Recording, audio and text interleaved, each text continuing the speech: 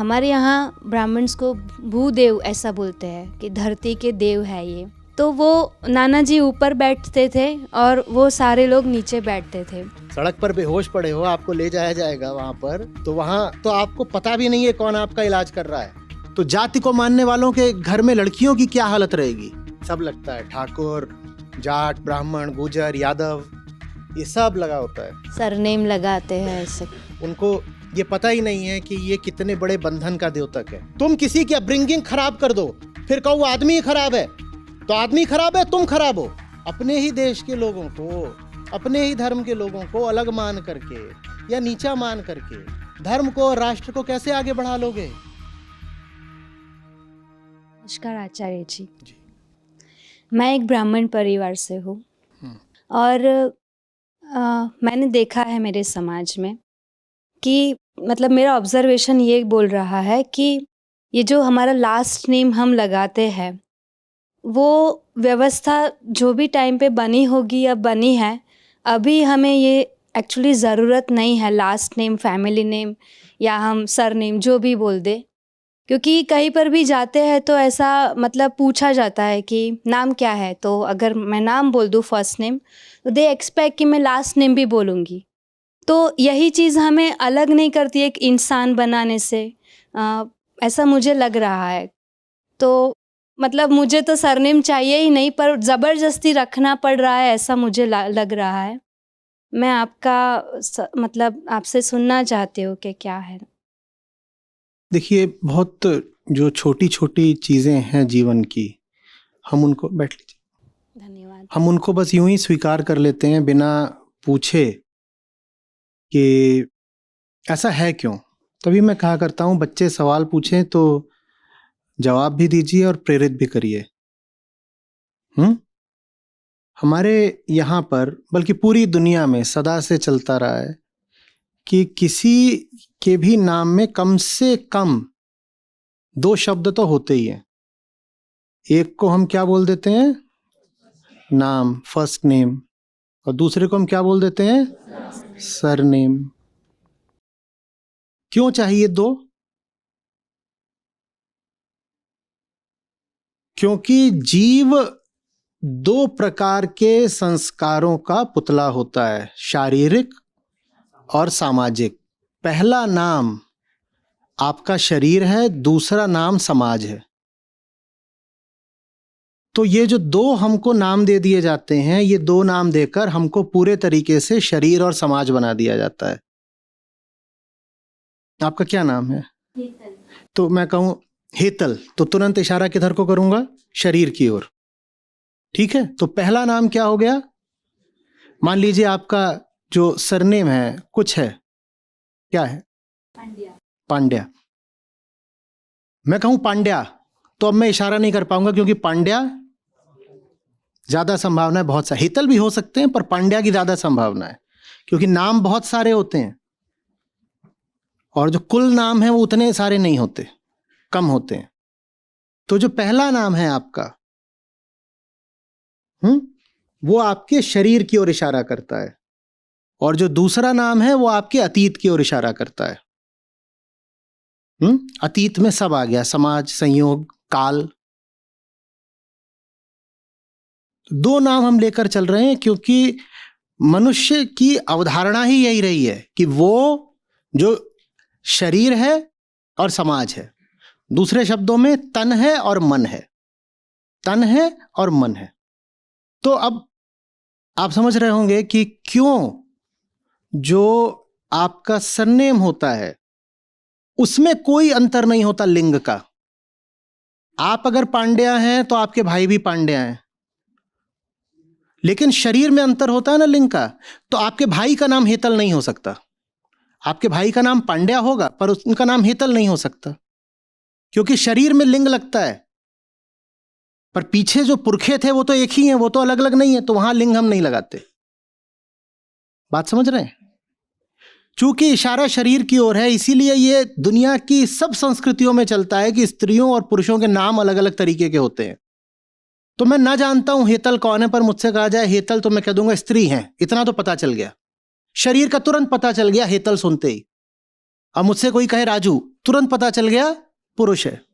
कुछ नहीं पता फिर भी पता चल गया, क्योंकि जो नाम है वो इशारा करता है शरीर की ओर। इसीलिए नाम में लिंग छुपा होता है, क्योंकि शरीर में तो लिंग होगा ही होगा। और जो आपका पीछे का नाम है वो इशारा करता है पीछे की ओर, जाति की ओर, अतीत की ओर, माँ बाप की ओर, समाज की ओर, सब कुछ। वो ऐसे देखते हैं, अच्छा ब्राह्मण हो, ऐसा। हाँ हाँ, तो ये चल रहा है। जो ये समझ जाएगा वो जान जाएगा कि अब इन नामों का करना क्या है। जिसे अतीत से मुक्ति चाहिए हो वो अतीत का नाम लेके चले तो मामला गड़बड़ा ही जाएगा। और आप ये भी समझ रहे हो कि क्यों स्त्रियों का नाम बदल जाता है विवाह के बाद। इसका छुपा हुआ अर्थ समझिए। क्या अर्थ है इसका? अतीत बदलना है।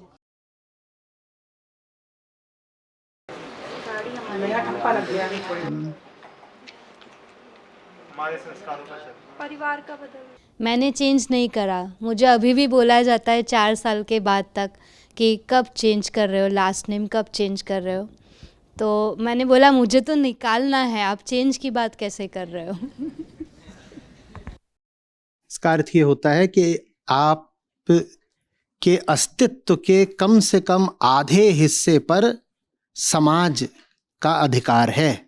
और चूंकि अधिकार है और वो नाम समाज का ही दिया हुआ है, जो सरनेम है वो समाज से ही आ रहा है ना, तो चूंकि वो समाज से ही आ रहा है तो समाज उसको बदल देगा। आप मुक्त नहीं हो। हाँ, बच्चे भी होंगे तो आगे। हाँ, तो नामों के पीछे भी मनोविज्ञान है, उसको जानना जरूरी है। नाम सिर्फ नाम नहीं होता, वो आपकी गुलामी का ठप्पा भी हो सकता है और आपकी मुक्ति का उद्घोष भी हो सकता है।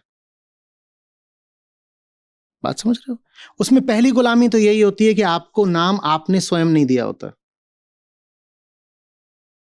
कोई नहीं बैठा होगा यहां जिसने अपना नाम स्वयं चुना होगा। तो पहली तो उसमें दास्ता यही है। खुश हो रही हैं, हाथ उठा रही, मैंने करा था।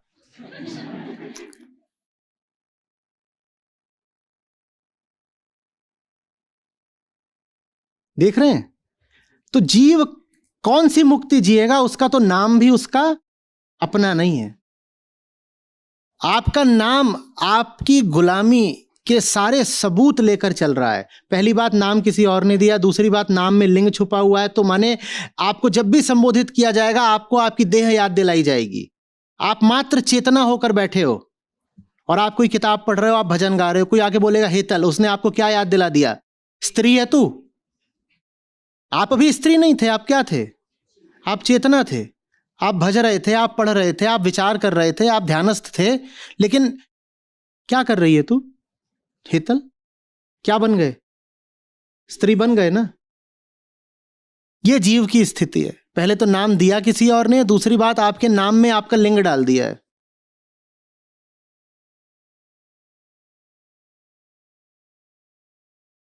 किसी से सिर्फ ईमेल पर भी बात करो तो वहां भी अपना लिंग उद्घाटित करो, नाम में ही। अगर नहीं भी लिखोगे एमआर या एमएस तो भी नाम बता देगा ना कि किस जेंडर से हो। यह भी नहीं कि उसने आवाज सुन ली तो पता चल गया अच्छा स्त्री आवाज से। आपने उसको बस एक पत्र लिखा और पत्र भी आपके लिंग का उद्घाटन होता है। यह हमारी स्थिति है। देह बनकर जियो भाई, तुम्हारा लिंग तुम्हारा नाम है, तुम्हारा लिंग ही तुम्हारा नाम है। देह बनकर जियो, यह आपसे उम्मीद करी जाती है। तो देह बनकर जियो और जाति बनकर जियो और धर्म बनकर जियो और अतीत बनकर जियो और कुल बनकर जियो, यह तुम्हारा उपनाम है।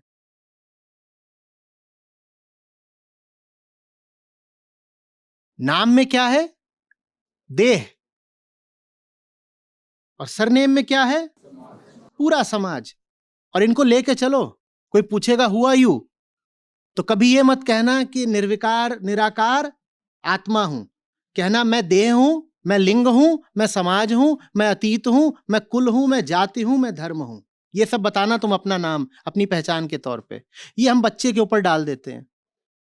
कहाँ शिवो हम, कहाँ बोधो हम। बच्चे के नामकरण में ही क्या छुपा हुआ है?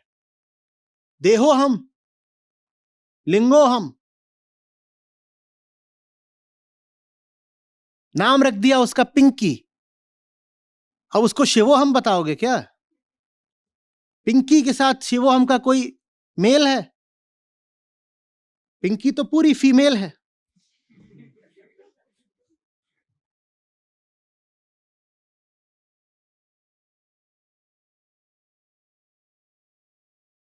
तो मतलब अब नाम भी चेंज करना।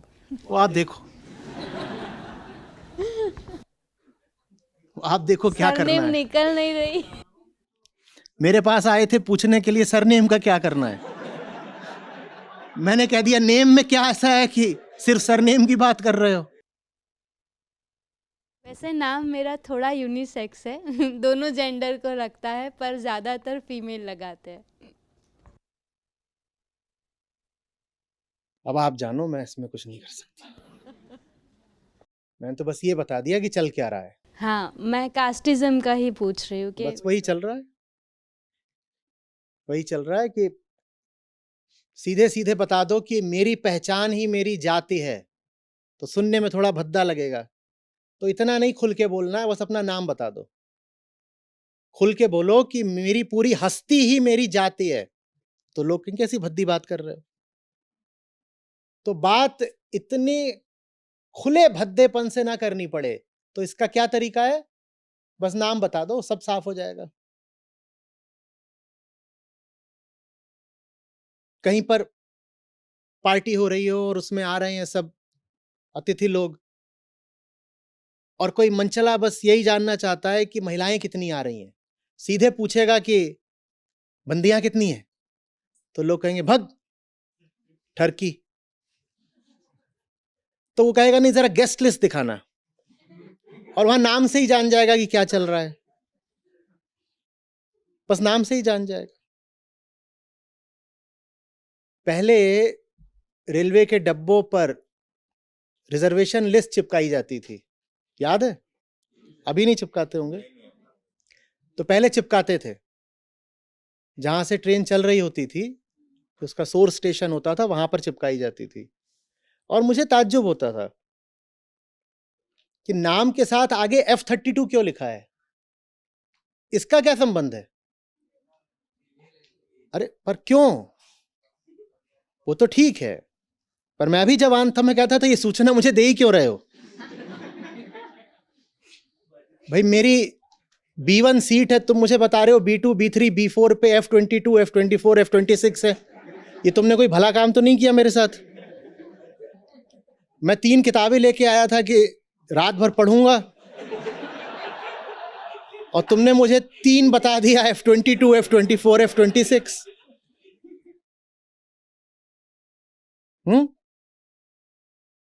वो जगना तो होता ही है रात भर। तो मेरे लिए ट्रेन जर्नी का मतलब ही यही होता था कि अपना जो पर्सनल लाइट होती है छोटी सी सिराने वाली, उसको जला करके पढ़ा जाएगा।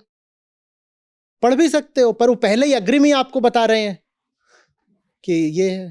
तो मुझे क्रोध आया, मैंने कहा जो सूचना मुझे चाहिए नहीं वो दे क्यों रहे हो? और मैं आपसे ही पूछ रहा हूं, बताओ क्यों दे रहे हो? क्या जरूरत है? क्या जरूरत है ये सब जानने की और बताने की? जरूरत क्या है? और कोई आपको बार बार आपके देह से ही संबोधित करे तो देह बन नहीं जाओगे क्या? बन नहीं जाओगे? बस हो गया।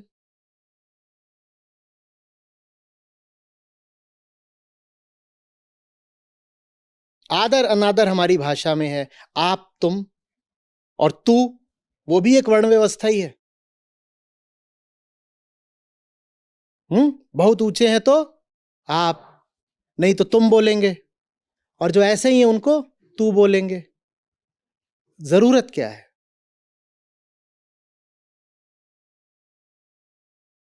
क्या जरूरत है? ये संस्कृत में भी होता है, पर इतना खुल के नहीं होता। वहां भी होता है, त्वम भी बोलते हैं, भवान भवती भी बोलते हैं। अंग्रेजी में लगभग शून्य होता है, वहां यू से सब कुछ चल जाता है।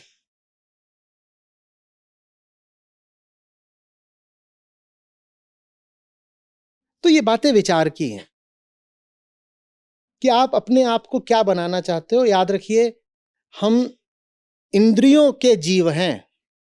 जो बात आपके कान में बार बार पड़ेगी ना, वो बात मन में भी बैठ जाएगी। जो कह के आपको बार बार बुलाया जाएगा, आप वो हो भी जाओगे। इसलिए मैं कहा करता हूं कि पानी की आवश्यकता है। पानी, कुछ और देखो।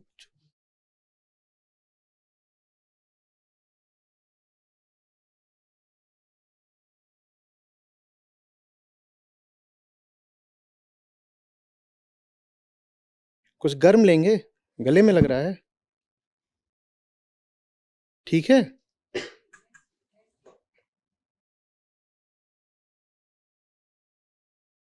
तो इसलिए मैं बार बार कहा करता हूं कि बच्चों के नाम वो रखो जिस नाम को ही सुनकर उन्हें पार का ख्याल आए, व्यापार का नहीं, देह का नहीं ख्याल आए, विदेह का ख्याल आए। इसलिए कहता हूं कि ये पिंकी, चिंकी, पलक, पंखुड़ी, ये नाम मत रखो बच्चियों के। इनको सुनकर उन्हें बस देह का ही ख्याल आना है।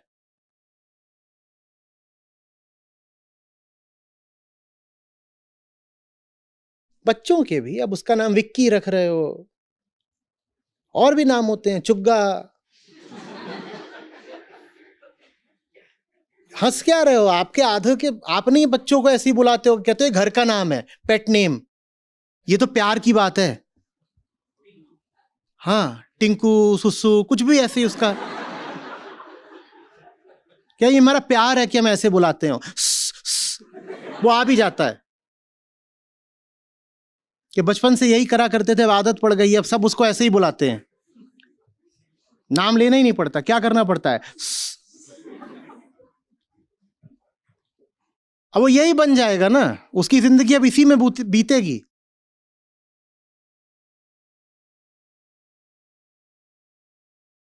एक आदमी बता दो जिसके घर का नाम ऐसा हो कि थोड़ी बहुत भी उसमें गरिमा हो। यहां मुश्किल से 5% होंगे ऐसे जो खुले में अपने घर का नाम बता भी पाए।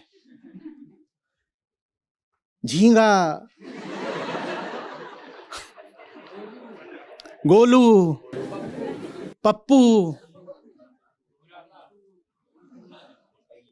अय्या, ये क्या है? ये जो सुनोगे बार बार वही हो जाओगे।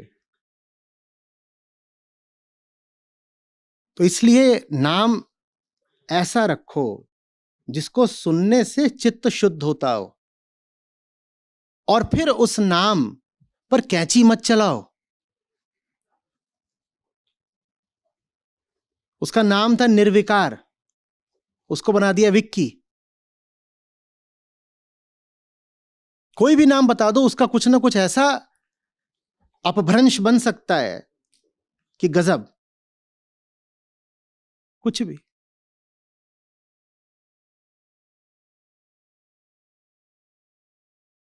उच्चतम नाम ले लीजिए, कुछ भी, केशव, केशु, इतना लंबा नहीं बनता अनंतु। तुम हो ही नहीं अभी ट्रेंड से वाकिफ। अनंतु का बनेगा अन्नू, छोटा किया जाता है हमेशा। हाँ यार, हाँ हाँ, पैमी, पैमी या पारमी।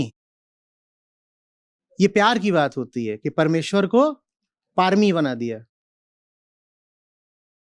सिड, सिड्डा, सिड्डू। हाँ हाँ, जो बोल रहे हो बिल्कुल ठीक है, वैसा ही है। आपको बहुत प्यारा लग गया तो मैं अच्छू बन जाऊंगा।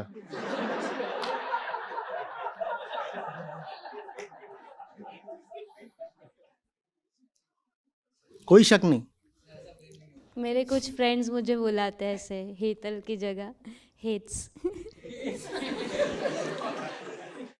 हाँ, अभी उस जॉनर पर तो हम आए ही नहीं जहां पर एस लगाया जाता है।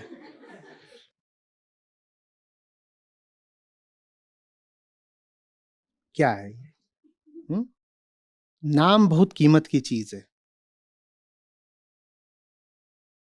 और मुक्ति में यह भी सम्मिलित है कि अगर उल्टा पुल्टा नाम लेकर चल रहे हो तो या तो इतने ऊंचे उठ जाओ कि उस नाम से कोई फर्क ही ना पड़े आपको, या फिर नाम बदल ही डालो। कोई बड़ी बात नहीं।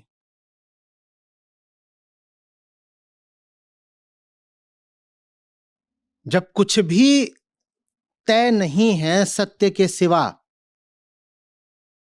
तो नाम कैसे नित्य हो गया? जब सब कुछ परिवर्तनशील है तो नाम ही कैसे अपरिवर्तनीय हो गया? बदल दो ना, क्या रखा है? सरनेम तो मैं भी अपना नहीं ढो रहा। हाँ, सरकारी कागजों पे नाम है, वो चल रहा है, पर व्यवहार में नहीं है।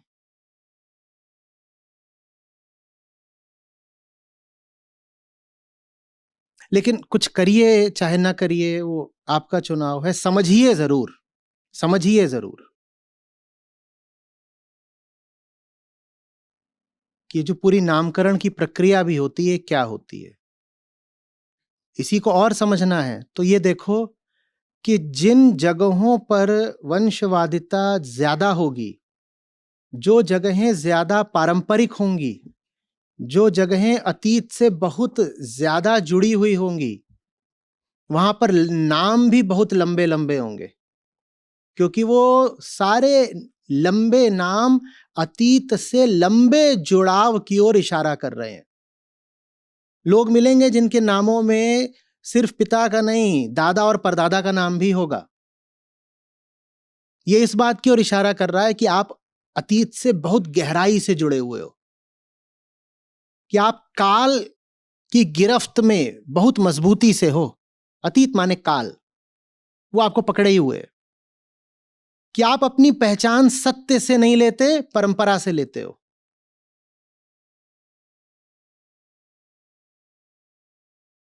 वो फिल्म याद है ना, चिन्ना स्वामी मुत्तु स्वामी वेणुगोपाल अय्यर, शिव वेंकट राजशेखर। वो बोध दृश्य था। तभी तो बोलता हूं कि अगर दृष्टा हो जाओ तो सच ही चुटकुला है। वो जो उसमें था वो चुटकुला ही भर नहीं था। वो, हाँ, वो बोध कथा थी। वो समझ रहे हो ना क्या बता रहा हूं?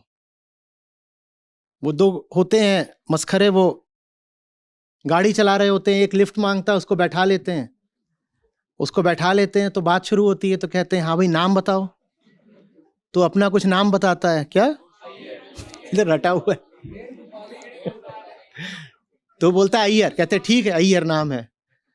तो फिर आगे बताता है, फिर और आगे बताता है, बताता ही जाता है। वो बताता जाता है, अपने बाल खींचना शुरू कर देते हैं। और फिर ऐसा होता है ना, तो निकाल ही देते हैं गाड़ी से, फिर उसको गाड़ी से फेंक देते हैं।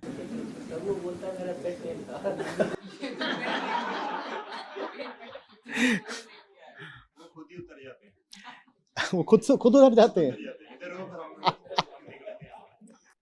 ये मतलब समझो कि अतीत को इतना लेकर चलोगे तो वर्तमान तुम्हें गाड़ी से उतार देगा। अतीत को इतना लेकर चलोगे तो वर्तमान की गाड़ी से बाहर फेंक दिए जाओगे। नाम पर्याप्त है, अय्यर बोल दिया, अय्यर ठीक। इससे आगे ना कोई पूछ रहा है, ना कोई जरूरत है।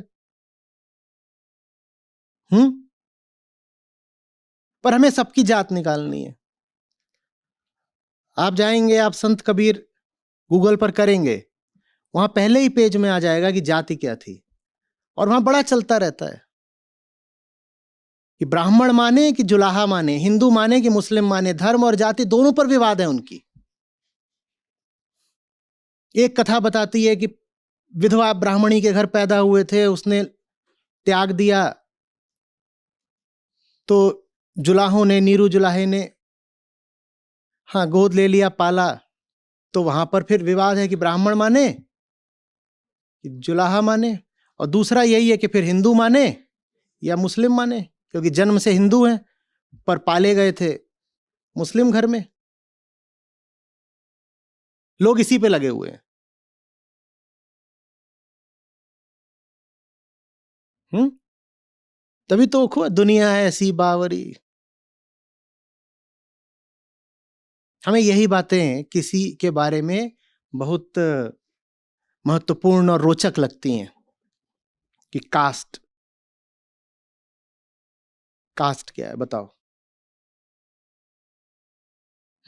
किसी का लिंग बता दो, उम्र बता दो, F32 वही, लिंग बता दो, उम्र बता दो, जाति बता दो, धर्म बता दो, इतना मेरे लिए पर्याप्त है। वो चेतना से कैसा है भाड़ में गया, सोचना भी क्यों। किसी व्यक्ति के बारे में मुझे बस ये सूचनाएं चाहिए, जाति, उम्र, लिंग, धर्म, और कुछ जानना ही नहीं है। और ये सारी सूचना हमारे नाम में कोडेड है।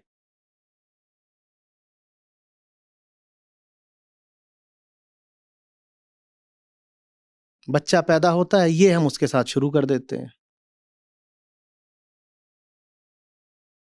फिर हम कहते हैं अरे इसमें मनुष्यता क्यों नहीं है। तुमने जो उसको पहचाने दी हैं उसमें कहीं मनुष्यता है, उसकी पहचानों में मनुष्यता है कहीं पर। जब नहीं है तो फिर नहीं है, उसके भीतर भी मनुष्यता।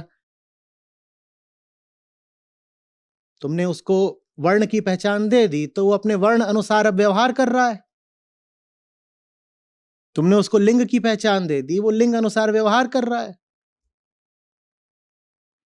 तुमने मनुष्य होने की पहचान उसको दी कब? तुमने उसको कब बोला कि मनुष्य माने देह नहीं होता, चेतना होता है? ये कभी समझाया उसको?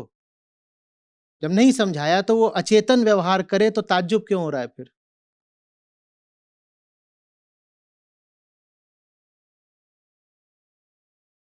घर के ऊपर मतलब उसमें लगाते हैं ठाकुर, पटेल्स, सब लगता है, ठाकुर, जाट, ब्राह्मण, गुजर, यादव, ये सब लगा होता है। सरनेम लगाते हैं ऐसे। उनको ये पता ही नहीं है कि ये कितने बड़े बंधन का द्योतक है। वो इसमें गौरव मान रहे हैं, समझ ही नहीं रहे कि ये क्या कर रहे हो तुम।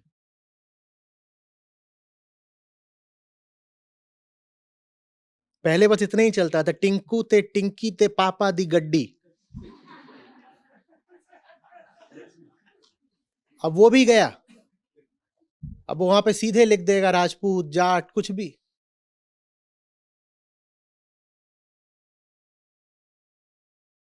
सारा खेल ही इस बात का है कि कोहम, मैं हूं कौन। तुमने दे दी ना अपनी परिभाषा, में कौन हूं, मैं टिंकू और टिक्की का पापा हूं। तो अब तो हो गया, खेल खत्म।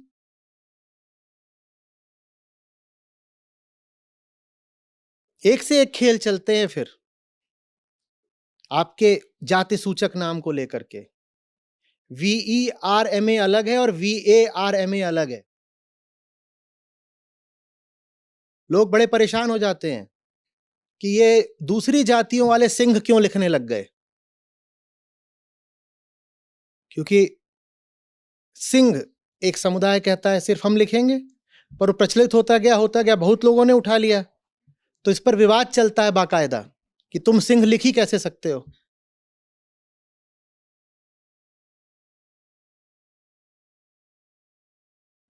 जिन बेचारों के नामों में ही उनकी जातियां प्रदर्शित हो रही होती हैं, वो कुमार लिखना शुरू कर देते हैं। और लोग भी फिर सयाने हैं, वो कुमार पढ़ते ही कहते हैं हम समझ गए।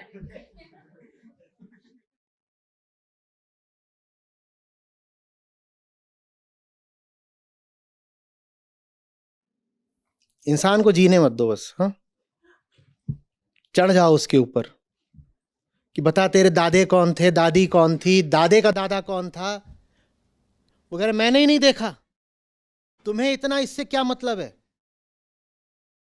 और तुम्हें मेरे दादा में इतनी रुचि है, मुझ में रुचि नहीं है। मैं तुम्हारे सामने खड़ा हूं, मुझसे बात करो ना। नहीं, तुमसे नहीं बात करनी, तुम्हारी जाति से बात करनी है, तुम्हारे अतीत से बात करनी है। क्या करें?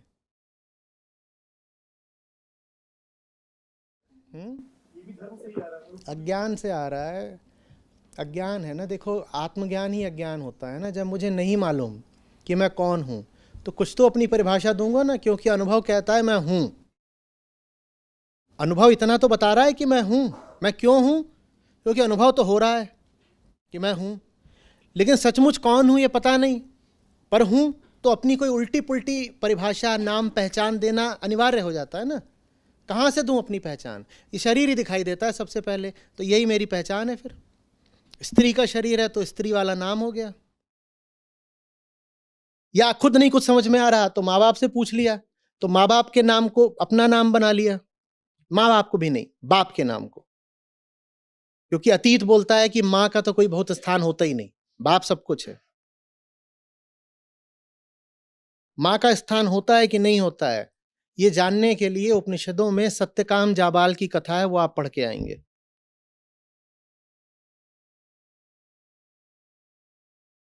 नाम पर बात हो रही है ना, तो एक नाम मैं आपको ये भी बता देता हूं। वेदांत बताता है कि नाम कितने बड़े साहस का भी द्योतक हो सकता है। ऐसे ही थोड़ी आप तक वेदांत लाया हूं। सत्यकाम जाबाल की कथा सब पढ़ के आएंगे और बताएंगे कि नाम में क्या रखा है, व्हाट्स इन अ नेम। वहां पर आपको सत्यकाम की मां का साहस पता चलेगा, उस समय की संस्कृति की उदारता पता चलेगी, और ऋषि का बोध भी पता चलेगा, वो ऋषि जो सत्यकाम के गुरु बनते हैं।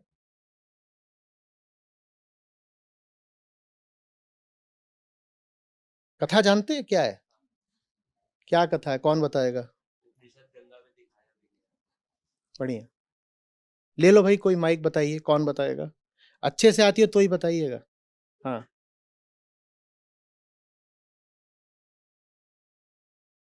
आप तक आएगा माइक। अच्छा, तुम तक आ जाओ, उधर पीछे दे दो, बहुत पहले खड़ी हो गई थी। नमस्कार आचार्य जी, मेरा नाम आकांक्षा है जी। सत्यकाम की माँ का नाम जबाला था, जो कि एक नगर वधू थी। और सत्यकाम जब थोड़े से बड़े होते हैं तो वो शिक्षित होना चाहते हैं, बट उनको कोई भी शिक्षा नहीं देना चाहता है, क्योंकि उन्हें अपने पिता का नाम नहीं पता होता है। तो जब वो इसी तरह से व्याकुलतावश वो इधर उधर भटकते हुए फिर वो अपनी माँ से पूछते हैं कि मेरे पिता का नाम क्या है, तो वो भी उनको बोलती है कि मैं ये बताने में तुम्हें समर्थ नहीं हूँ फ़िलहाल। फिर उन्हें ज्ञान की खोज में कि मुझे शिक्षा प्राप्त करनी है, एक गुरु मिलते हैं और वो उनसे कहते हैं ठीक है, तुम जा कर के अपनी माँ से अपने पिता का परिचय लेके आओ, मैं तुम्हें शिष्य बनाऊंगा।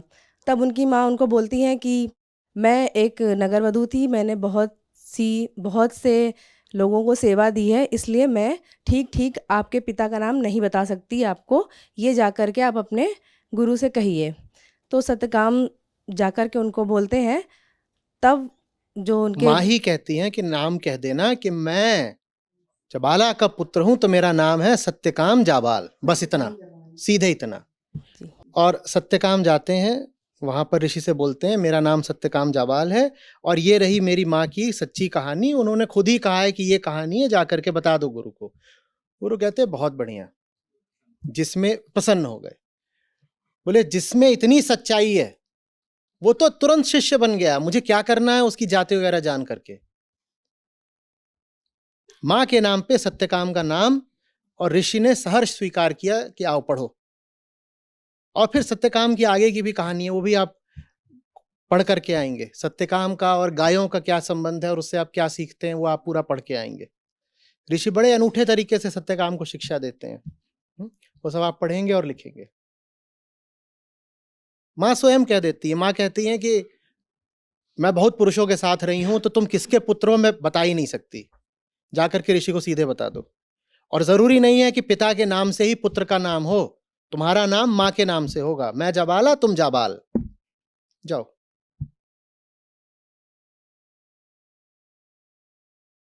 समझ में आ रही?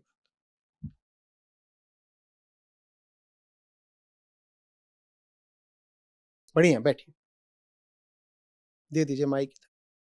धन्यवाद आचार्य जी। उसी में आगे एक प्रश्न है कि ये जो 4 वर्ण व्यवस्था है हमारी, उसको कंटिन्यू करने में शायद ब्राह्मण का ही ज़्यादा हाथ नहीं है। जैसे कि मैंने मेरे नाना जी को देखा है, वो काफ़ी रूढ़िचुस्त ब्राह्मण रहे। तो उनके घर हम जब बचपन में जाते थे तो मैंने देखा है कि जो ST SC कास्ट वाले लोग आते थे, हमारे यहाँ ब्राह्मण्स को भूदेव ऐसा बोलते हैं कि धरती के देव है ये। तो वो नाना जी ऊपर बैठते थे और वो सारे लोग नीचे बैठते थे।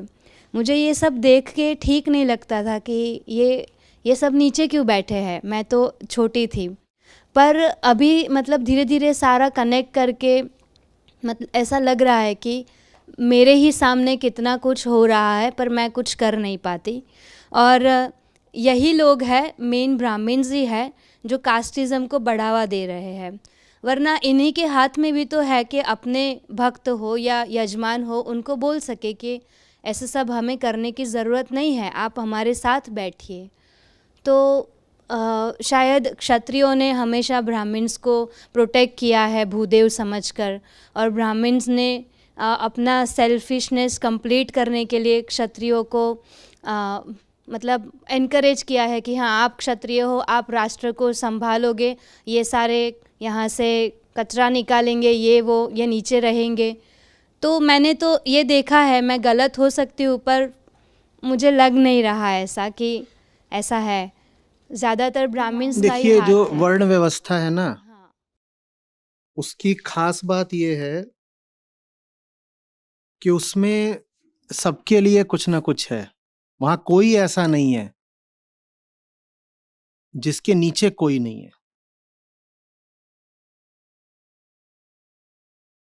और जिसके नीचे कोई भी नहीं है उसके नीचे अपने घर की औरत तो है। तो कास्ट कास्ट कास्ट, फिर आउटकास्ट, सवर्ण सवर्ण, दलित, महादलित। तो बहुत लोगों का बहुत तरीकों से स्वार्थ रहा है इस व्यवस्था को चलाने में। ब्राह्मणों का भी निसंदेह स्वार्थ रहा है। अब वर्तमान पर आते हैं। जो भी लोग इस व्यवस्था के पक्षधर हैं वो समाज का तो अहित कर ही रहे हैं, अपना भी कर रहे हैं।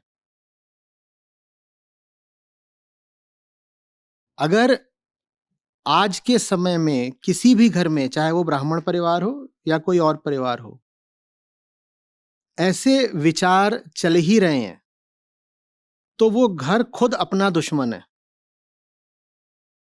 हमेशा से था, आज और ज्यादा है। आज विज्ञान जहां आ गया है वहां पुरानी धारणाओं को संभाले रखना बड़े गजब की बात होगी। उस गजब के लिए बड़े गजब स्तर का झूठ चाहिए। और इतना झूठ अगर रखोगे तो जियोगे कैसे? कैसे जियोगे? हम बहुत अच्छे तरीके से जान चुके हैं कि जीवन की उत्पत्ति कैसे हुई और सब प्राणियों की, सब प्रजातियों की विकास यात्रा कैसे रही है। उसके पूरे प्रमाण सामने आ चुके हैं और नए नए प्रमाण रोज आते रहते हैं। यहां खुदाई होगी, यहां से फॉसिल निकलेगा, वहां से गुफा में कोई प्रमाण निकल आएगा, भित्तियां मिलेंगी, चिन्ह मिलेंगे, अवशेष मिलेंगे, इतना कुछ निकलता रहता है, हम भली भांति जानते हैं। और उसमें जितने भी गैप्स हैं वो सब हर साल थोड़े थोड़े भर जाते हैं। तस्वीर और साफ होकर उभर आती है कि कैसे मनुष्य वहां तक पहुंचा कि आज इन कुर्सियों पर बैठा हुआ है। और मनुष्य ही नहीं, बाकी सारी प्रजातियां भी अपने वर्तमान स्वरूप में कैसे पहुंच गई हैं। अब इसमें आप कैसे इस बात को जायज ठहराओगे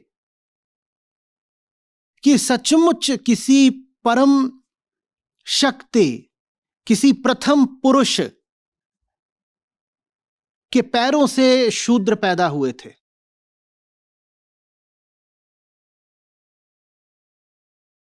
और बाहों से क्षत्रिय और मस्तक से ब्राह्मण कैसे करोगे? हम जानते हैं कि सब कहां से आए हैं। कैसे बताओगे कि ये सब अलग अलग है? क्या आधार है, बताओ तो।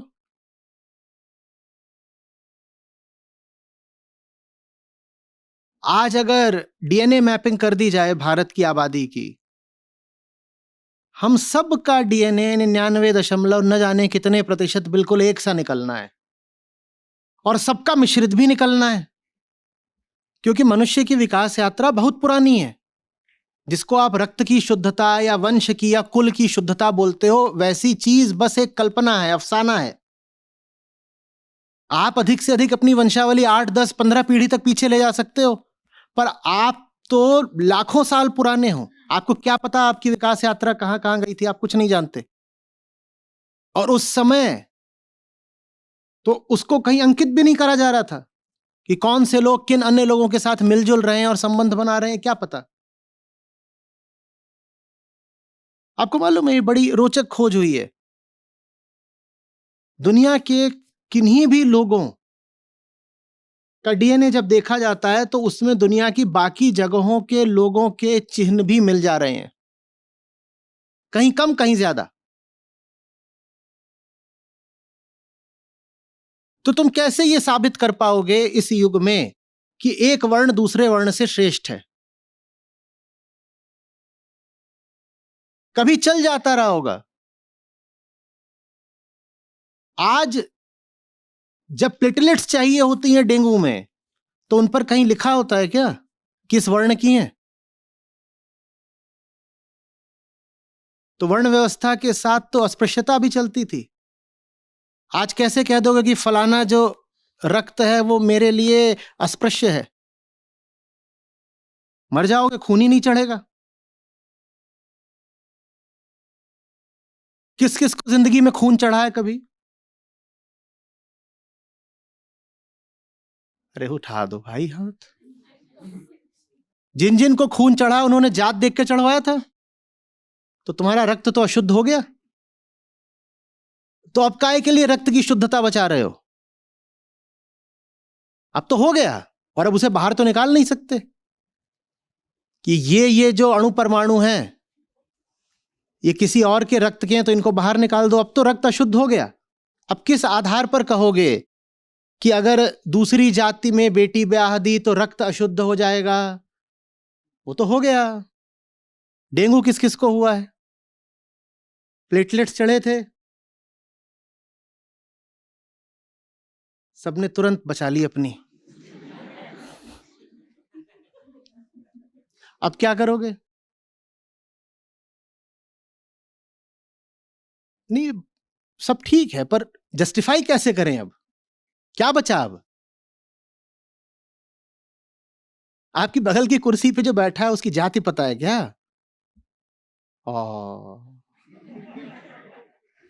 ये तो गलत हो गया। अब क्या करें? हाँ,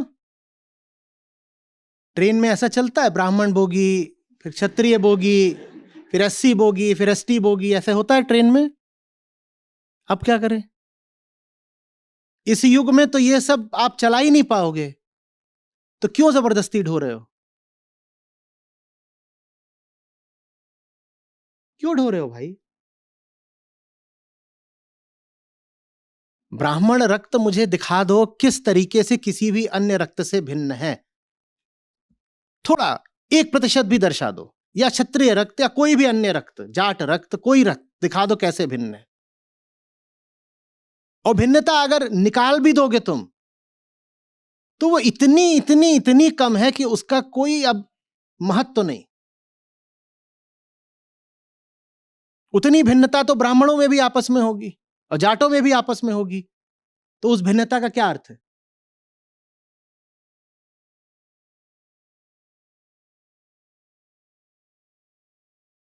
लेकिन एक झूठ को बचाना है तो क्या करोगे फिर? 100 झूठ बोलोगे, और ये 100 झूठ आपको ही खा जाएंगे। जिन घरों में ये सब कारोबार, ऐसी संस्कृति चल रही होगी, वो घर झूठ का अड्डा बन जाएंगे। झूठ अकेले नहीं आता कभी, इतना कमजोर होता है कि अपने साथ पूरी फौज लेके आता है। सच शेर होता है, अकेले दहाड़ता है। लेकिन एक झूठ को घर में घुसेड़ोगे तो उसको सहारा देने के लिए 100 झूठों की फौज आएगी पीछे, आपका घर झूठ का अड्डा बन जाएगा। अच्छा, कौन कौन लोग हैं जो जिन्होंने कभी इलाज कराया किसी डॉक्टर से? सब फंस गए। जात देख के कराया था? कराया था? सड़क पर बेहोश पड़े हो, आपको ले जाया जाएगा वहां पर, तो वहां तो आपको पता भी नहीं है कौन आपका इलाज कर रहा है। हाँ, ख्याल नहीं आता, पर जब आप एसी रूम में कुर्सी पे बैठे हुए हो तो आते हैं ख्याल। जब मरने को होते हो ना तो ये सब ख्याल नहीं आएंगे कि कौन इलाज कर रहा है।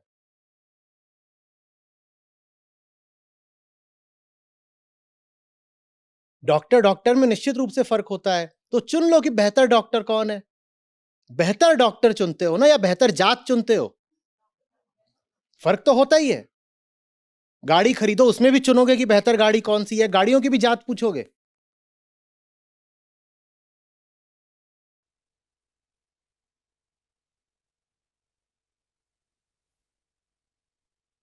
रिलैक्सेशन की वजह से है, क्योंकि अभी मेरे पापा हॉस्पिटलाइज्ड है।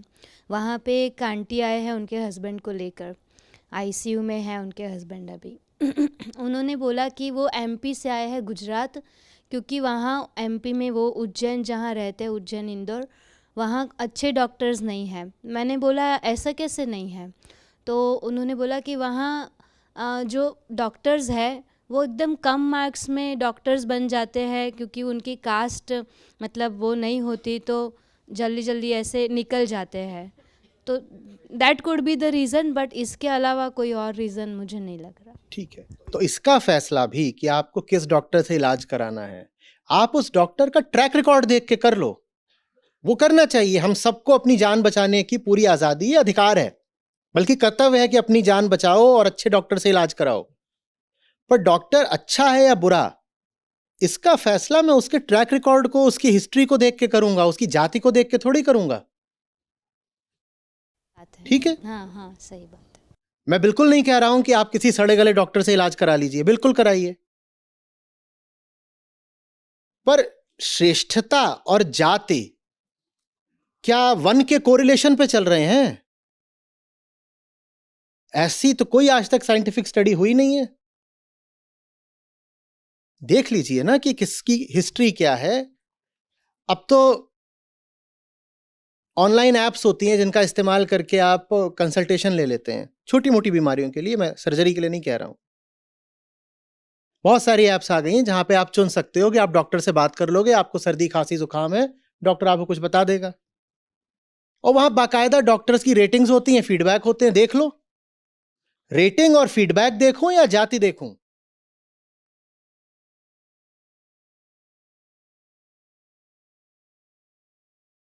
संस्कार हैं, कॉन्सेप्ट और क्या है। ऐसे घर में पैदा हुए हो जहां पर वैसी ही बातें हो रही हैं, वैसा ही माहौल हो रहा है, तो तुम भी थोड़ा वैसे हो जाते हो। उसमें बात शरीर की थोड़ी है, रक्त की शुद्धता की बात थोड़ी ही है।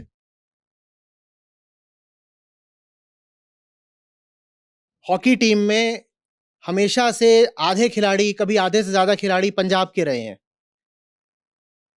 तो इसका मतलब ये थोड़ी है कि पंजाबियों के खून में हॉकी बह रही है। अरे भाई, माहौल है, इंफ्रास्ट्रक्चर है। हॉकी वीरता की बात है, बाकी खेल नहीं वीरता की बात है। हम्म? हाँ, जेनेटिकली और चीजें मिल सकती हैं, ऊंचाई मिल सकती है, बिल्कुल हो सकता है।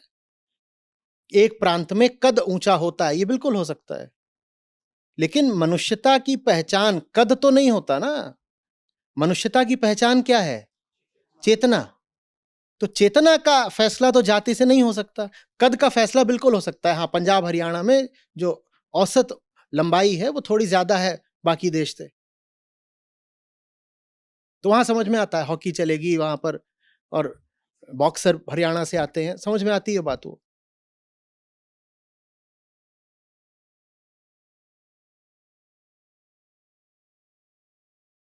आप अपने साथ ही गलत कर रहे हो। देखो, अगर ये सब बातें लेके चल रहे हो, 100 बातों की एक बात बता देता हूं। जब आप जाति बोलते हो ना, तो आप शरीर की बात करते हो। जितना ज्यादा जाति जाति करोगे, उतना देह बनकर मरोगे।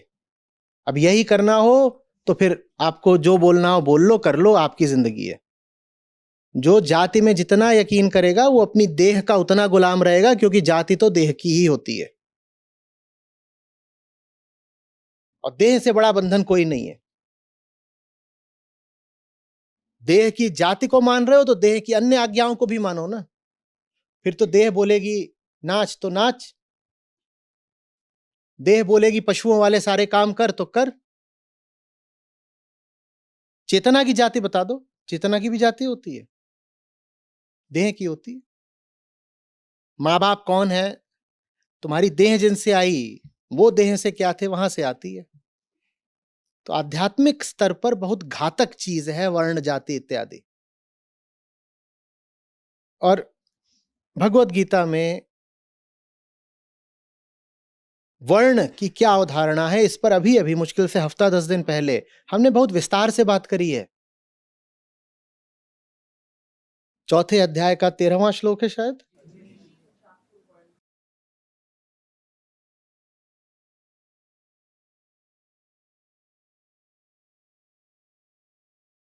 आप अपनी जिंदगी में देह बहुत घुसा रहे हो और आप अपने घर में झूठ बहुत घुसा रहे हो। अगर आपके घर में जाति आधारित संस्कार चल रहे हैं, बचो। आपके लिए ही घातक है ये बात, आपके ही घर में अशांति बढ़ेगी। मत करो ये सब।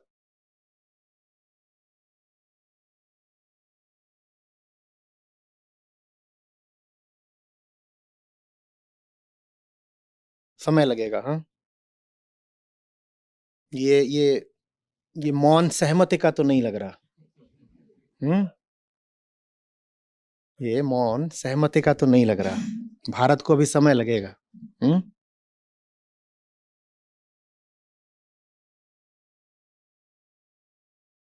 क्या बोला? तो 100 तरह के झूठ आएंगे ना। Facts are the door to truth.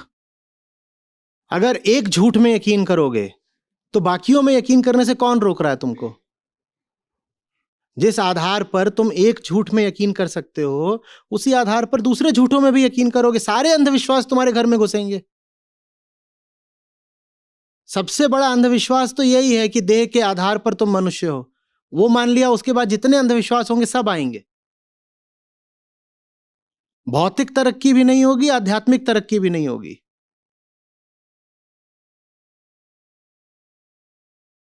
देह इतनी बड़ी बात है अगर, तो जाति को मानने वालों के घर में लड़कियों की क्या हालत रहेगी? जब देह के आधार पर ही बहुत कुछ तय होना है, तो लड़कियों का क्या होने वाला है फिर? उनकी तो देह एकदम ही अलग है। और वही व्यवस्था जो बोलती है कि एक जाति नीची होती है, वही व्यवस्था यह भी बोलती है कि एक लिंग भी नीचे होता है। जो व्यवस्था एक पूरे समुदाय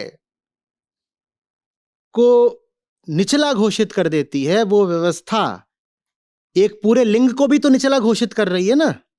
अब क्या करोगे बोलो?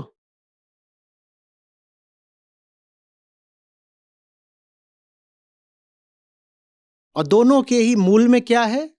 एक बिल्कुल ऐसी बात जो अध्यात्म का उल्लंघन है। देह। देह बहुत सुंदर वर्णन आता है। आदि शंकराचार्य पूरे देश में घूम रहे थे वेदांत का प्रचार करते हुए, अद्वैत वेदांत। लेकिन आए तो उसी समाज से हैं जो समाज रूढ़िग्रस्त था और जातिग्रस्त था। तो कहीं ना कहीं उनमें भी ये जाति वाले संस्कार शेष थे अभी। अब जाति और अद्वैत एक साथ चल ही नहीं सकते, पर उनमें अभी शेष थे। काशी के पास की घटना है। एक दिन एक चांडाल उनके सामने आ गया। तो एकदम ठिठक गए, एक कदम पीछे हट गए। तो चंडाल ने पूछा कि किससे पीछे हट रहे हो, मैं कौन हूं, तुम कौन हो? बहुत पूछने की जरूरत नहीं पड़ती है, जो समझदार आदमी होता है उसके लिए इशारा काफी होता है। और शंकराचार्य एकदम अवाक हो गए, पत्थर की तरह खड़े हो गए। बोले ये क्या पूछ लिया इसने? और जिसकी छाया से भी पीछे हट रहे थे गिर गए, उसके पांव से लिपट गए। ये हिंदू धर्म के सबसे बड़े आचार्य की कहानी है। और बोले कि एक यही सीख बाकी बची थी, आपने दे दी, बहुत बहुत आभार है आपका।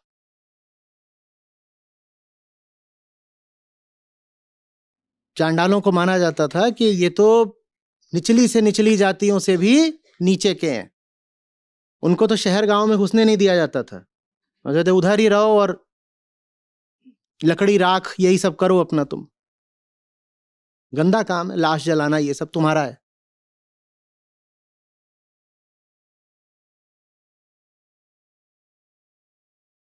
तो फिर बाद में उसमें कथा ये जोड़ दी गई कि स्वयं भगवान ने चंडाल का वेश लेकर के शंकराचार्य को सीख देने के लिए ये करा था। वो ठीक है, वो सब अलग, पर बात समझो। कौन कहता है कि धर्म जाति सिखाता है? कौन कहता है कि जाति प्रथा का संबंध सनातन धर्म से है? जाति प्रथा का संबंध भारतीय समाज से है, सनातन धर्म से नहीं है। अद्वैत वेदांत आपको जाति सिखा रहा है क्या? उपनिषद आपको जाति सिखा रहे हैं क्या? कितनी बार मैं आपसे वज्र सूचिका उपनिषद का नाम लूं, कितनी बार मैं आपसे ऋभुगीता का नाम लूं? ये हमारे शीर्ष ग्रंथ हैं उपनिषद। ये आपको जाति सिखा रहे हैं क्या? या आपको बोल रहे हैं कि जाति से बड़ी मूर्खता दूसरी नहीं हो सकती? सनातन धर्म तो जाति विरोधी है। बहुत लोग एकदम उछल पड़ेंगे इस बात पर। हाँ, सनातन धर्म जाति का कट्टर विरोधी है। तो फिर जाति कहां से आई? वो भारतीय समाज का पागलपन है। और भारतीय समाज ने सनातन धर्म की सुनी नहीं है कभी। भारतीय समाज ने सनातन धर्म की सुनी होती तो न लिंग भेद बचता, न जाति भेद बचता, न तमाम तरह का पिछड़ापन बचता। धर्म ने तो समाज से जाति को हटाने की पूरी पूरी कोशिश करी है, पर समाज ने धर्म की सुनी कब है? और जब मैं धर्म कह रहा हूं तो उससे मेरा आशय है दर्शन, वेदांत, श्रुति पूरी। स्मृति की कोई किताब अगर ले आओगे स्मृति परंपरा की, तो वो सब तो समाज ने स्वयं रची हैं अपनी ही व्यवस्था को आगे बढ़ाने के लिए। उनको तो धार्मिक ग्रंथ कहना भी उचित नहीं है, उनमें कुछ आध्यात्मिक नहीं है। तुम मनुस्मृति और निरालंब उपनिषद की तुलना थोड़ी कर सकते हो भाई, बहुत अलग अलग चीजें हैं वो। एक तरफ श्रुति है, एक तरफ स्मृति है, एक तरफ आत्मज्ञान है और दूसरी तरफ उस समय का समाज शास्त्र। आत्मज्ञान का समाज शास्त्र से क्या लेना देना है? और जो किताब सामाजिक नियम कायदों के लिए लिखी गई हो उसे आप धर्म ग्रंथ किस तरह बोल सकते हो? यह ऐसी सी बात है कि आप आईपीसी को और सीआरपीसी को धर्म ग्रंथ बोलो, बोलोगे?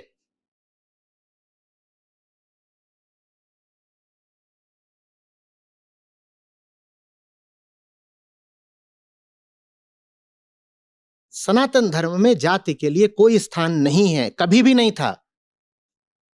हिंदुओं में और भारत में अगर जाति व्यवस्था इतनी रही है तो वो हमारे अहंकार का प्रदर्शन है, हमारे अज्ञान का प्रदर्शन है। हम धर्म की कभी सुने नहीं, इस अकड़ का प्रदर्शन है।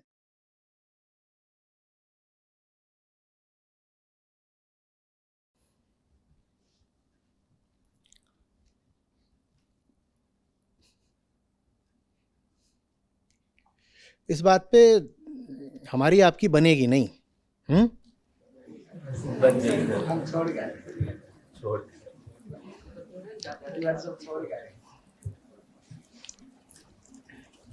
सर ये वैसी ही बात है कि आतंकवाद कोई धर्म नहीं होता, लेकिन पूरे आतंकवादी केवल की समाज से आते हैं। तो कह सकते हैं कि एक्सीलेंसी में जो है, जो एक्सीलेंट किसी भी क्षेत्र में, वो किसी एक अपर वर्ग के लोग हैं, ना कि लोअर वर्ग। तो क्यों एक्सीलेंट है? उनका डीएनए बेहतर है। आगे भी बता दो। दे दीजिए इनको, माइक दीजिए थोड़ा। कैमरा लगाओ 2-3।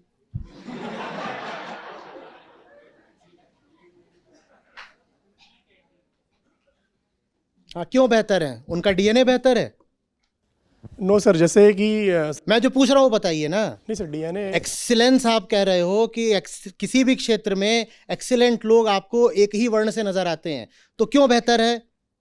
डीएनए बेहतर है? बिल्कुल वो हो सकता है जो आप बोल रहे हो। कारण भी बता दो ना, कारण क्या है? सर मेडिकली तो प्रूफ नहीं होगा, बट एक तो मेडिकली नहीं प्रूफ होगा तो कैसे प्रूफ होगा? हुशू विज्ञान नहीं सिद्ध करेगा तो कैसे सिद्ध करोगे? और क्या कारण है? और क्या कारण है? हाँ, अपब्रिंगिंग मैटर करती है कि कैसा उसका उसकी मतलब तो अपब्रिंगिंग तो तुमने करी है ना, या देह से है? तुम किसी की अपब्रिंगिंग खराब कर दो, फिर कहो वो आदमी ही खराब है। तो आदमी खराब है, तुम खराब हो।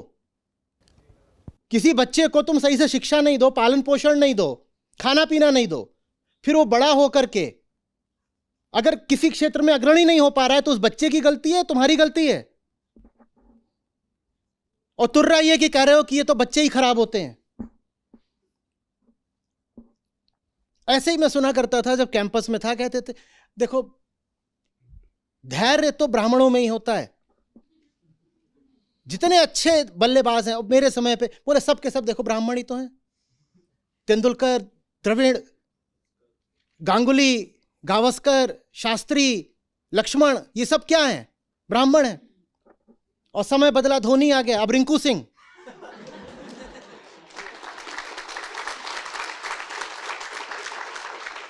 अब क्या करोगे?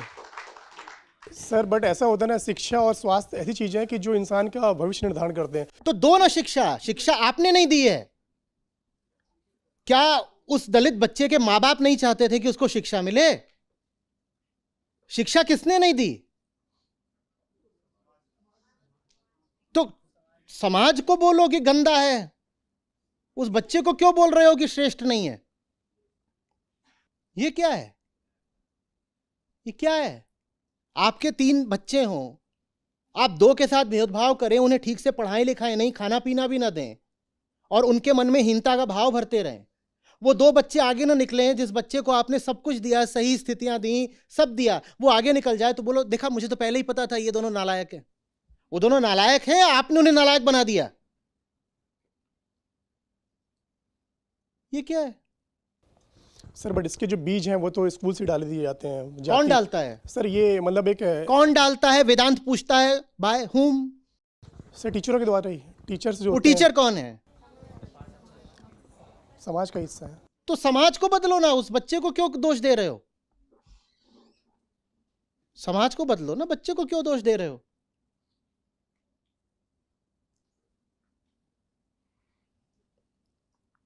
देखो भाई, आप जिन सवर्णों की बात कर रहे हो ना, वो देश की आबादी में बहुत छोटा हिस्सा है।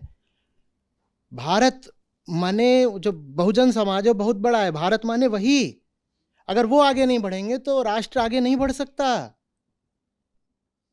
राष्ट्र से प्रेम है कि नहीं? तो अपने भाइयों से प्रेम कैसे नहीं करोगे?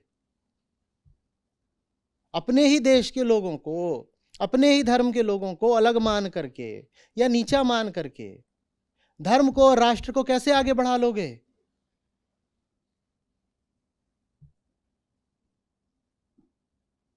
और धर्म और राष्ट्र भी पीछे की बात है। इंसान हैं हम कि नहीं है? अभी और भी आपत्तियां दीजिए। हेलो सर, गला खराब।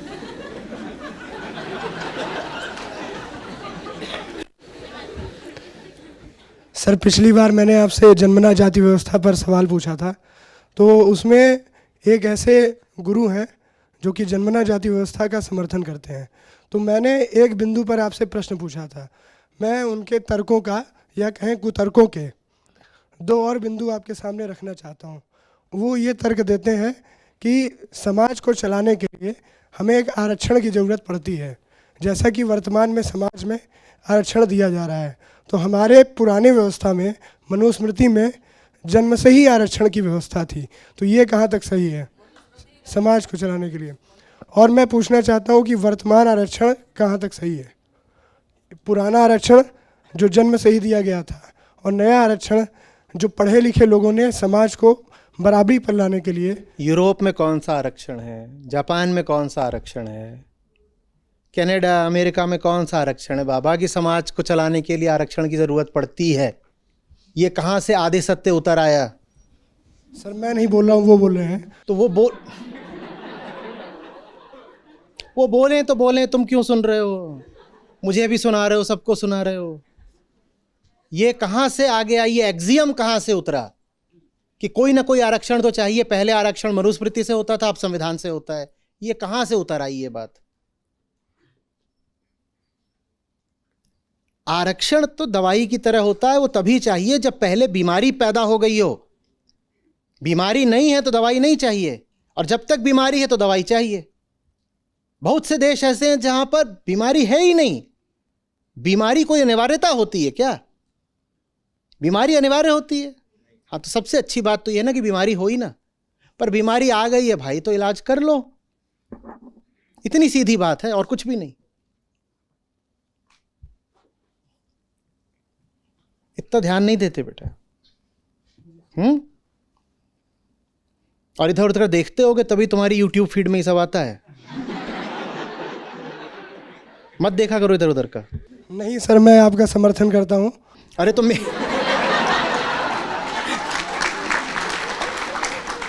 और आपके पक्ष में काफ़ी बहस भी की है मैंने, और वो दूसरे पक्ष से ये जातिवादी लोग आ जाते हैं, तो ये इतना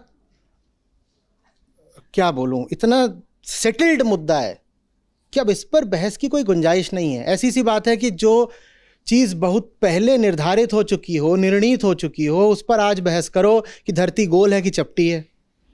आकर के बोलो कि मैंने आपके पक्ष में बहस करी है कि धरती गोल है, तो मुझे कोई खुशी थोड़ी ही होगी।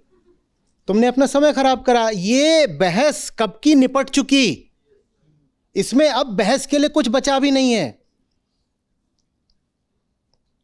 On the grounds of principle, सैद्धांतिक धरातल पर जाति एक निर्णीत मुद्दा है। बाकी आपको बहस करनी है समय खराब करने के लिए तो करते रहो, नहीं तो वो मुद्दा तो कब का तय हो चुका है। बात समझ रहे हैं? बाकी तो अपनी अपनी मर्जी है। सोशल मीडिया पर बैठकर हफ्तों तक हम किसी से बहस कर सकते हैं। सबके पास ट्विटर है, लिखते जाओ, गाली गलौज करो, कोई किसी को रोक तो सकता नहीं है। गाली गलौज ही तो होती है इनमें, और कौन सी कोई विद्वत्तापूर्ण बहस होती है? इन मुद्दों पर कोई शास्त्रार्थ होता है? तो मुझे गाली दो, मैं तुम्हें गाली दूं, यही होता है।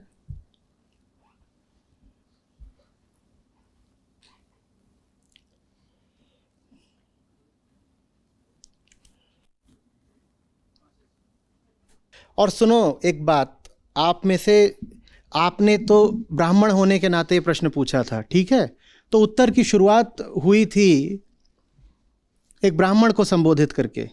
अब मैं उत्तर का अंत कर रहा हूं उनको संबोधित करके जो अपने आप को इस व्यवस्था में शोषित देखते हैं। मैं आपसे बात कर रहा हूं।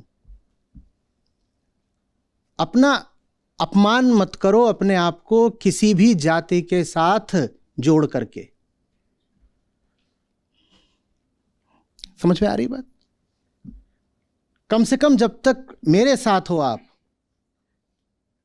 मेरे लिए आपकी देह का महत्व तो नहीं है। इतना ही हो सकता है देह का महत्व कि चक्कर खा के गिर पड़ो तो अस्पताल भेजते हैं, या भूखे हो तो खाना खा लो भाई बाहर खाना। इससे ज्यादा देह का नहीं महत्व है। आप छोटे हो, बड़े हो, बच्चे हो, बूढ़े हो, स्त्री हो, पुरुष हो, काले हो, गोरे हो, हम यहाँ ये नहीं देखने के लिए बैठे हुए हैं। और आप भी अगर ये देख रहे हो तो आप अपना अपमान कर रहे हो। मत देखो ये सब। और सुनो, कोई और अगर ये सब देखता है आप में, मत चलो उसके साथ, मत सुनो उसकी बात, मत बनो उसके अनुयायी, मत रखो उसे अपनी जिंदगी में। कोई अनिवार्यता नहीं है कि जो लोग आपको देह और जाति बनाए हुए हैं आप उनको अपना दोस्त बनाकर रखें। मैं दुश्मनी के लिए नहीं कह रहा हूं, उपेक्षा के लिए कह रहा हूं। हटाओ, बहुत छोटी जिंदगी है, उसको सही तरीके से सही लोगों के साथ बिताना है। जो आदमी आप में एक गलत भाव भर रहा हो, उसकी बात सुनना, रोज उसका मुंह देखना, या उससे बहस भी करना, या उसको गलत साबित करने की कोशिश करना, यह भी अपने समय की बर्बादी है। आगे बढ़ो, जीवन बनाओ। सब प्रकृति से उठे हैं, सब मिट्टी की औलादें हैं, सब एक से हैं, और सबके पास समय बहुत कम है। ये सब नॉन इश्यूज हैं, इनमें मत उलझो। और जो आपको उलझाता हो, चाहे लिंग के आधार पर, चाहे किसी भी आधार पर, जय राम जी की। आ रही बात समझ में? बड़े मुद्दों की बात करेंगे ना, वैश्विक मुद्दे हैं। 1-1.5 घंटे से ये बात कर रहे हैं, क्लाइमेट चेंज कहां गया? हम उसकी नहीं बात कर रहे हैं, हम किस चीज की बात कर रहे हैं? एक काल्पनिक मुद्दा, जाति, जो होती ही नहीं, जो हो सकती ही नहीं है, उसकी बात करे जा रहे हैं। तो जो है उसकी बात कौन करेगा? क्लाइमेट चेंज की बात कौन करेगा फिर?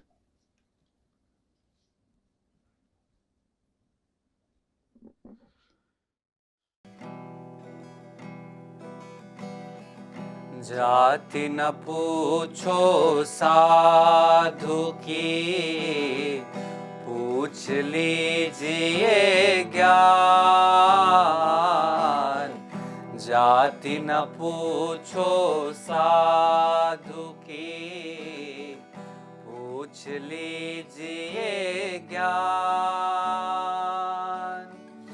मोल करो तलवार का, पड़ी रहन दो म्यान रे साधो, पड़ी रहन दो म्यान।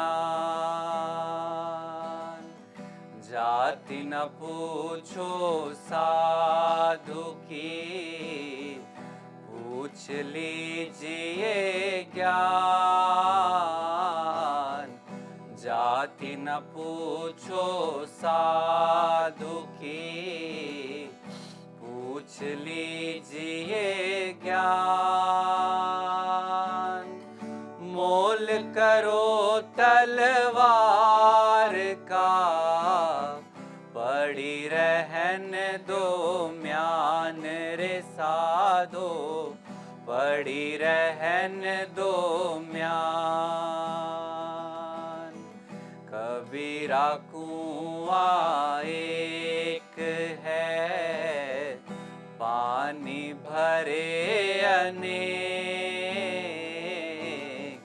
कबीरा कुआं एक है, पानी भरे अनेक। बर्तन में ही भेद है, पानी सब में एक रे साधो, पानी सब में। कबीरा कुआं एक है, पानी भरे अनेक। कबीरा कुआं एक है, पानी भरे अनेक। बर्तन में ही भेद है, पानी सब में एक रे साधो, पानी सब में। एक बूंद एक मल मूत्र, एक चाम एक गुदार, एक बूंद एक मल मूतर, एक चाम एक गुदार, एक ज्योति से सब उत्पन्ना, कौन बामन कौन शूद्र साधो, कौन बामन कौन शूद्र, एक बूंद एक मल मूतर, एक चाम एक गुदार,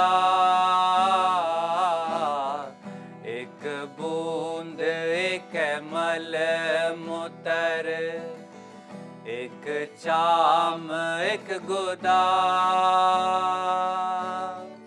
एक ज्योति से सब उत्पन्ना, कौन बामन कौन शूद्र साधो, कौन बामन कौन शूद्र।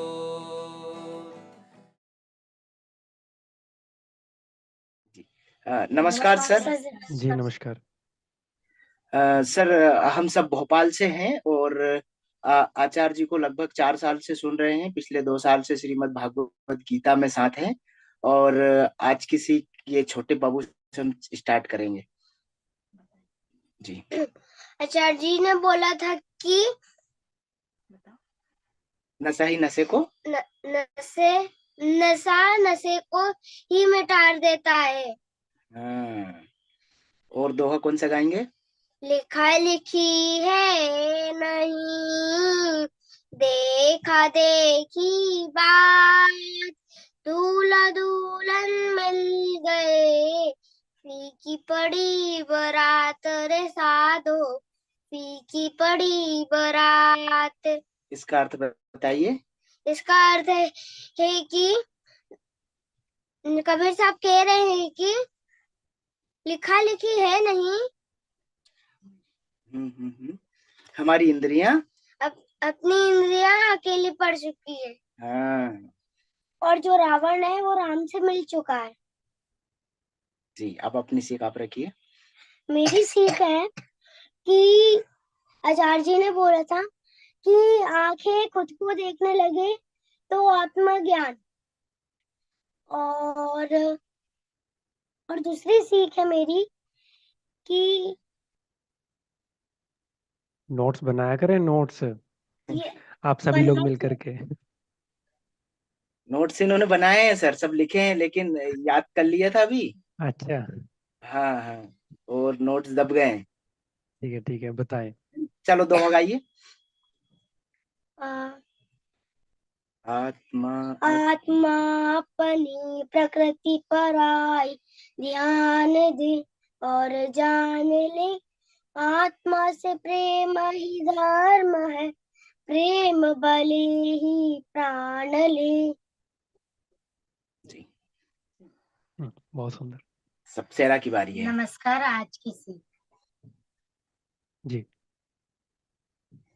खुद को ऐसा बनाओ कि खुद को पसंद आए, स्वयं के लिए रीझ जाओ। नमस्कार, मेरा नाम है माया और आज की सीख है संसार से लिया नहीं जाता, संसार को दिया जाता है। जी थैंक यू। अब हम एक भजन गाएंगे। जो मैं गोरा तो राम तोरा, लोग मरम का जाने मोरा, तो गोरी मेरे राम बता, ताकारण रची करियो सिंगार।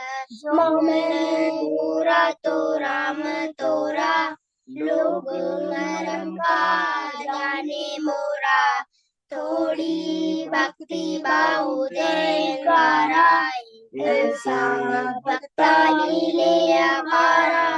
जो मैं गोरा तो राम तोरा, लोग मरम का जाने मोरा, माला तिलक पहने मन महाना, लोग राम की गोरा तो राम तोरा, लोग मरम का जाने मोरा। नमस्कार। जी बहुत सुंदर, धन्यवाद। बहुत इनको ज्यादा ले समय तो नहीं लिया सर? नहीं नहीं कोई बात नहीं है, और इनको लेके आइएगा। इस बार आप रह गए ना, इस कैंप में लेकर नहीं आ पाए बच्चों को। हाँ सर, इनके एग्जाम चल रहे हैं सर, अभी तो ये खत्म हो अच्छा, जाते फिर लाते हैं सर। इस महीने के अंत में भी कैंप होगा। इनके जी जी, एग्जाम खत्म हो जाए तो सबको लेके आइएगा। अवश्य अवश्य सर, ये 5 लोग आएंगे सर। जी धन्यवाद। जी सर, प्रणाम सर।